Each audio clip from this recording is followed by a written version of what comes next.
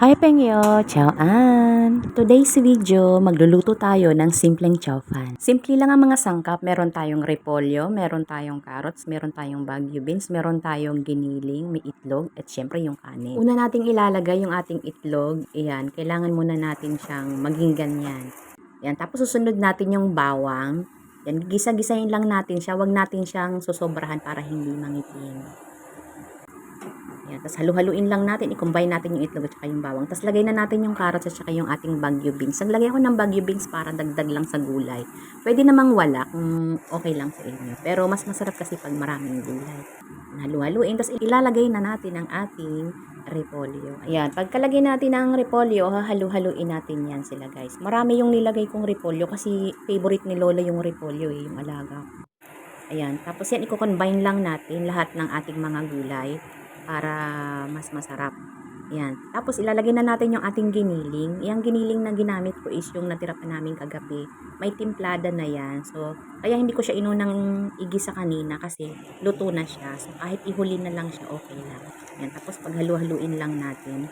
Ganun lang kasimple yung kanilang chow fan.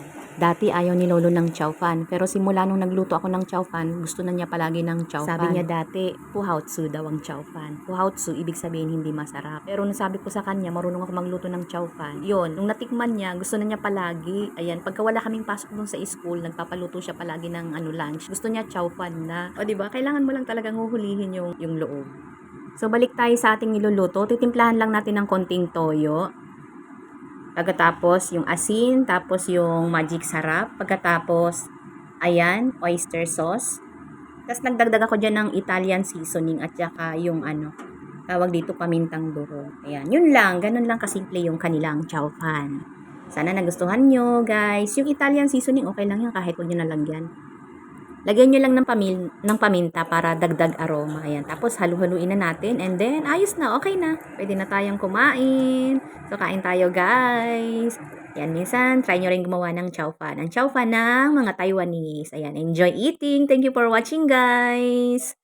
Salamat. Please like, share, and follow or subscribe our Ate Ben's page. And thank you. Bye-bye.